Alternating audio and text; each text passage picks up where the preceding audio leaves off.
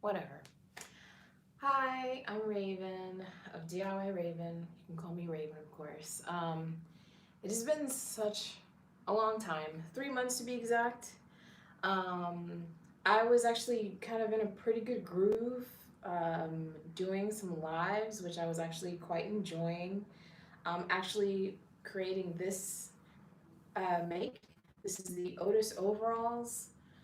Um,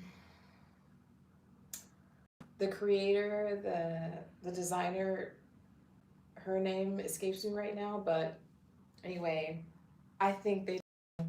So this is the front. You're not gonna be able to see everything. Maybe I'll like actually do a video where I can actually show you everything, but on live it may be a little weird. Um, this is the front, but I love the back detail. Um, does that help? Maybe a little bit. I'm also gonna try to be more clear and all that type of stuff because some of my lives kind of come out where you can't really understand me that well. So anyway, I don't really have much to talk about. I just wanted to get on here because again, it's been a while. Actually, kind of fell off because I had surgery for maybe TMI for some people, but um, uterine fibroids, basically tumors growing on my uterus. So I had to get those removed. It's not a big deal telling people to me because it's it's just those things that happen to people that we just don't talk about and people kind of should, so it doesn't bother me. But yeah, so main thing is I think I just wanted to get on and say hey, maybe this will also motivate me to like one sell more and two get back on here because I'm just like I don't know, I just miss this. I miss getting on a platform and talking about sewing. Even if nobody listens, like it's totally fine. You want to see the back again? I think it's wonderful. And then this drawstring part. Um, I'm stupid, but like it has. Anyway, I'll have to show you that stuff later. But it has a really cool detail at the bottom. You can of course kind of like omit because they're kind of billowy. So this is out of a kind of a like a dusty lilac, I think is what the actual name was. Um, but it's like, a nice kind of purple, lightweight linen. I haven't actually worn this as much as I don't know. So there's actually like one little part that I have left to do on it. I think I have to like sew the underlining or sew, I don't know, I have to do something. It's very minor, and technically, I've worn this outside without doing little bitty finishing touches. But because of that, I've kind of like always have it folded up and put it like beside my sewing machine, thinking like, oh, I'll get back to this later. So it's just never in my rotation much, just because I forget about it. Anyway, enough about this. Even though it's adorable, I love it. I actually want to make this in more colors, like basic black and like some other things, but whatevs. Anyway, so I guess I just wanted to come on and also show you some things that I have sewn. Again, I will probably have to do a video about some um, other makes. Let's see if I have it. So the Sandhill Sling, this pattern, I made two of these. For my parents, actually. They actually came to visit me as well in September, and that was a lot of fun. They're older, so they're always like losing things. So I was like, you know what, when we're like out and about and hanging out, I'm gonna like make them these, two little carry-all type things so they can, have all their stuff. And I had a lot of fun, like making them. Of course it was stressful because I waited till the last minute, so I was like up really late doing it, but it was definitely worth it because they loved them. But I put their little like metro cards in there and like some hand sanitizer and an extra mask, all the little things. So that was really cute. And I have some pictures of them like wearing it and stuff. So yeah, I'll have to like kind of share that later. But that's probably all the sewing that I've really done in the last 3 months. Definitely like the a couple, first few weeks after surgery was just, just really hard. And the idea of like sitting up, just this area was not great. So even the idea of sitting at a sewing machine just wasn't a good one.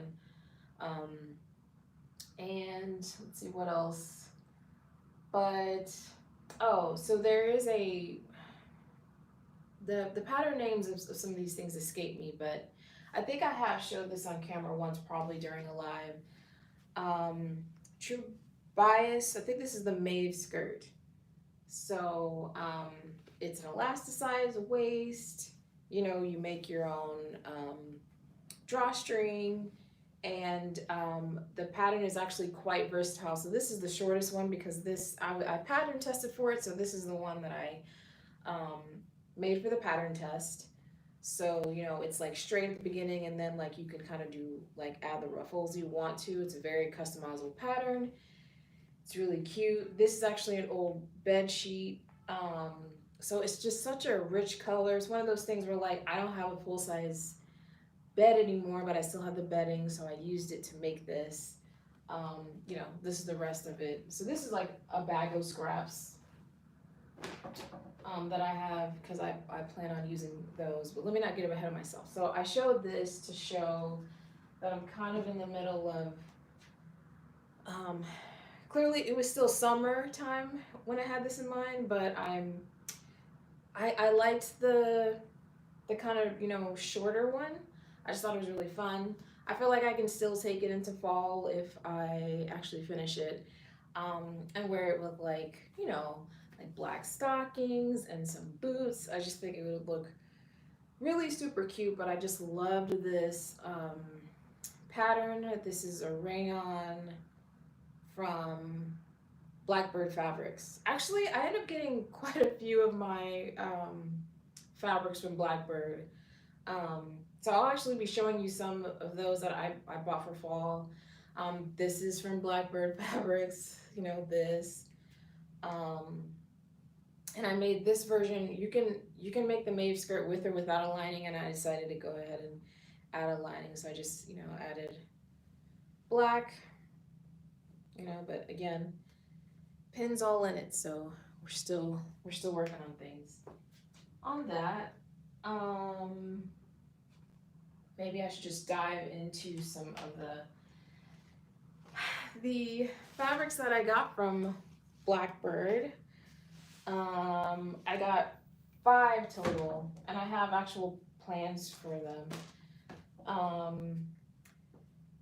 So Blackbird is also a little pricey. I think they're I think they're headquartered in Vancouver. But I also listened to the Caroline. She's like one half. The owner is like one half of the Love to Sew podcast, and I really enjoy their podcast. And then I love Helen's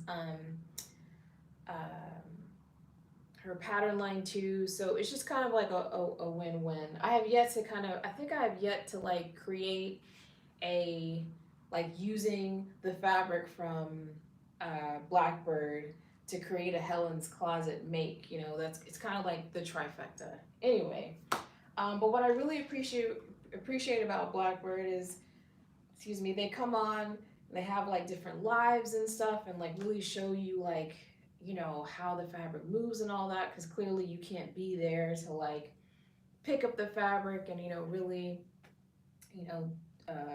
check it out and all that type of stuff that we used to do back in the day in person. But I pretty much exclusively get all my stuff online now. But yeah, so I just really appreciate the tags they have. Probably one of my favorite things about Blackbird. So they have like the color, the content, they have the care and the country of origin, and of course how many meters or whatever that you've gotten. all that is just so like handy and easy, you know, because especially when I used to go to Joann's, I just thought I was like pretty genius or like forward thinking, being like, you know what, before, if you know, if I decide that I'm gonna take this bolt of fabric, you know, to get it cut, I am gonna have the forethought to like take my phone and take a picture of the bolt, so at least I know what the fabric content is, you know, so later on I can at least look up, you know, how to take care of it. But I just really love how they always include the care instructions on the actual tag.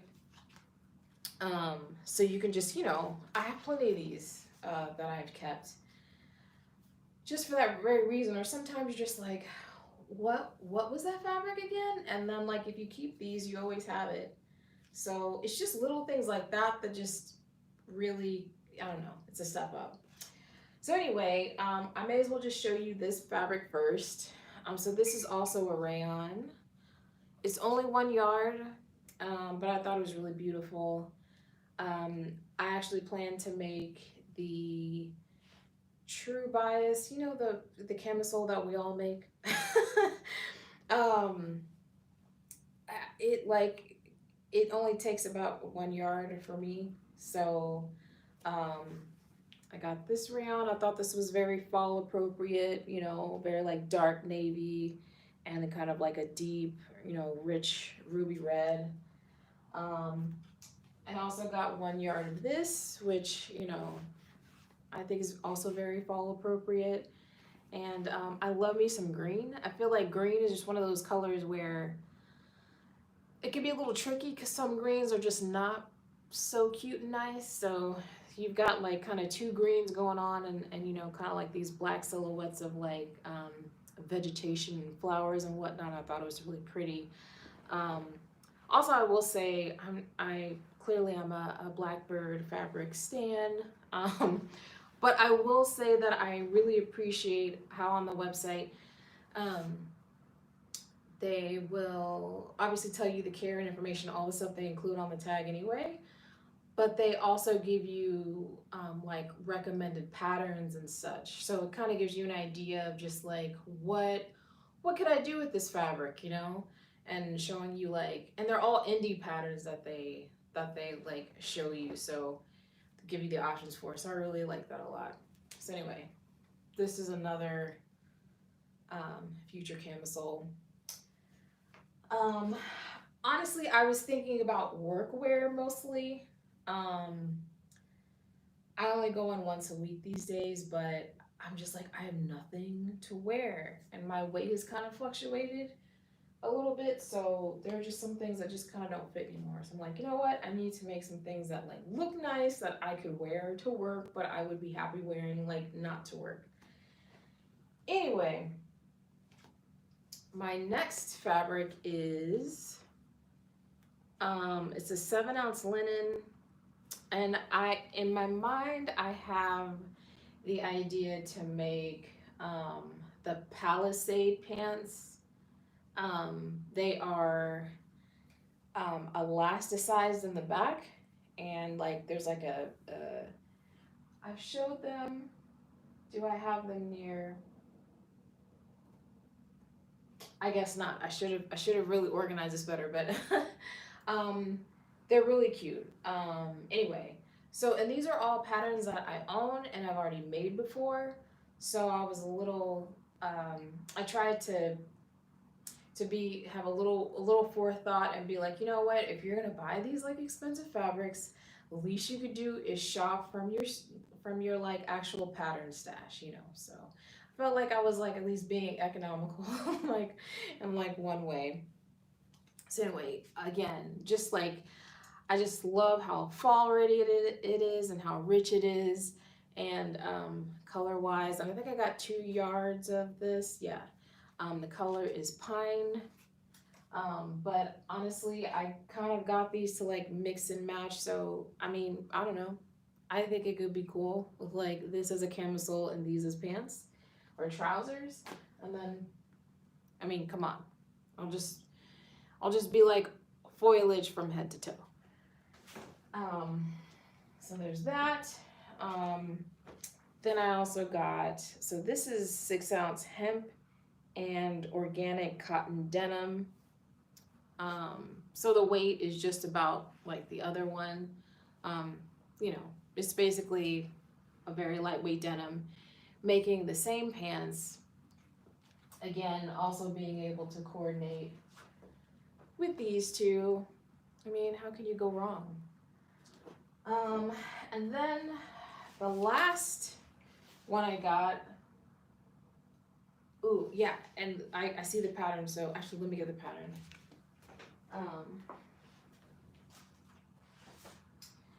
So out of this one, I want to make a jacket. It's a jacket pattern that I've had for the longest. It's a from Colette Patterns. It actually came out in 2002, so I've had this quite a long time. Called Walden. Yeah, this was before Colette had.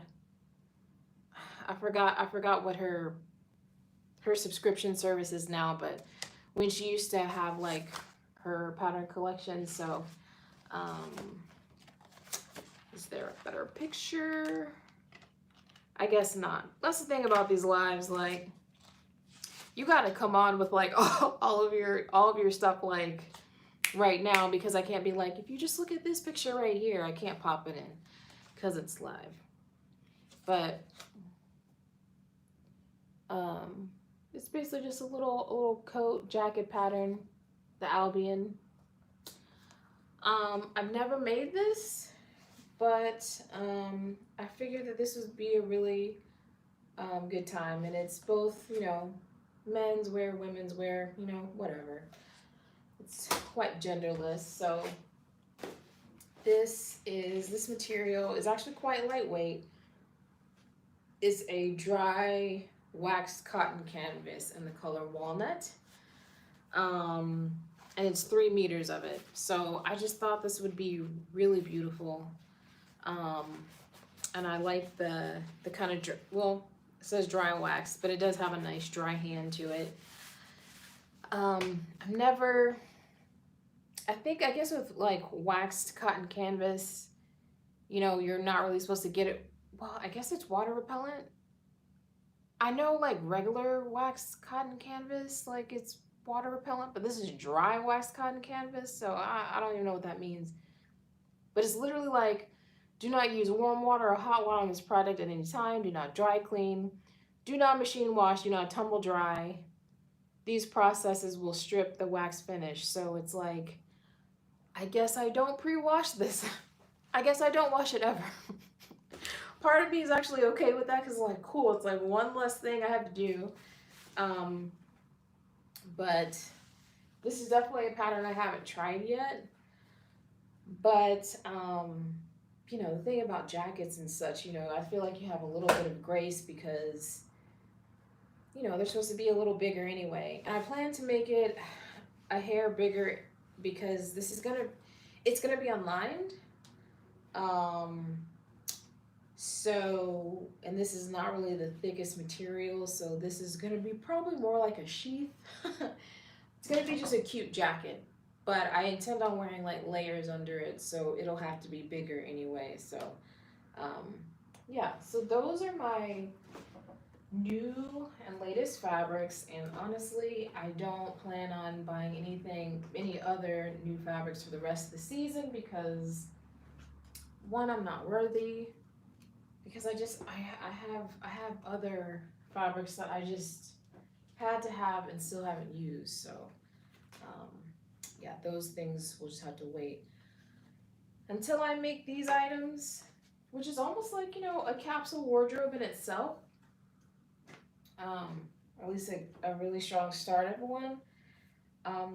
But yeah, until I make these items, or at least some of these items, I feel like I'm not worthy of getting new fabric, but it's fine. I have plenty of fabric back there, some that you don't even see in the closet, and there's a whole bag right here, scrap fabric. So that's the next thing I kind of want to get into, is some of my old fabric scraps.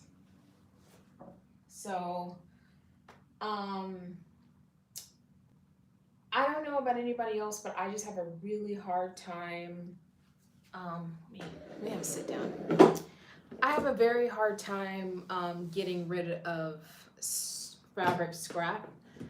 Usually because the fabric is like already so nice, and so if I'm done with making the garment or whatever it is, I just feel like surely there's something I can do with this. It just seems wrong to just throw it in the trash. You know what I mean? So um, one of the things that I definitely have been thinking about is, just scrap busting type projects. And I think the best time to get on something like that, or at least to give me more motivation to work on some of those things, is for Christmas presents. So I'm thinking that this year I bought some Insulbright, which is basically like batting for thermal, basically to make like um, I can't why can't I think of it? Pot holders, to make things like pot holders and stuff. So I'm thinking about actually making like trivets, but trivets that are big enough. They're like almost placemat size that you can like put your like casseroles down on, um, casserole pans, hot ones, and I think that would just be perfect for like scrap busting. And I kind of like, there's a part of me that is super into quilting, but sometimes when I look at like how built big a quilt is, I'm like, I don't even want to get into that. But so this would be like a small quilt, basically, um, using the insole bright. I really need to make myself one, so I think that's motivation to do it. And then I think it's just one of those gifts where like nobody's gonna, for the most part, gonna go to the store, and maybe they're not gonna go out and buy like a trivet, or especially a trivet big enough for like one of those like 9 by 13 um, casserole pans. But I know I find myself when I do like cook like that, I'm like, I have my pot holders, I'm grabbing the thing, and I'm like, oh my god, I need to put this somewhere. I end up putting it on the stove, but it would just be nice, especially like if you have people over, or you just want to set the actual actual pot down, while you're eating, you can actually put it on the table if you have like that little liner. So just something in like a pop of color and something different. I think something like that, my friends would definitely appreciate. Again, I think it's just one of those things that you don't really realize you need until you have it. You're like, you know what, this is actually really cool. So I'm thinking about that. In the same vein, if not that, then maybe I would make like, I did a tutorial a couple years ago for coasters. Um, Kind of doing that same thing where they're like quilted, they're just like, haphazardly but beautifully, like stitched together or whatever, but they were like 4 by 4 inches. I want one that's like more fortified now. So like mine would be like probably pot holder size, like 7 inches by 7 inches. Not quite a mug rug, which I don't know. For me, like I hate. I think it. Mug rug is both a cute name, and I kind of just don't really like that name. Anyway, that's personal and has nothing to do with this. Um, but like a just a square 7 by 7 inch with like a quilt binding on the outside. And yeah, I would want to put like a quilt binding on the outside of these things, but like a just a substantial coaster that you could like put a really nice big mug on, I don't know.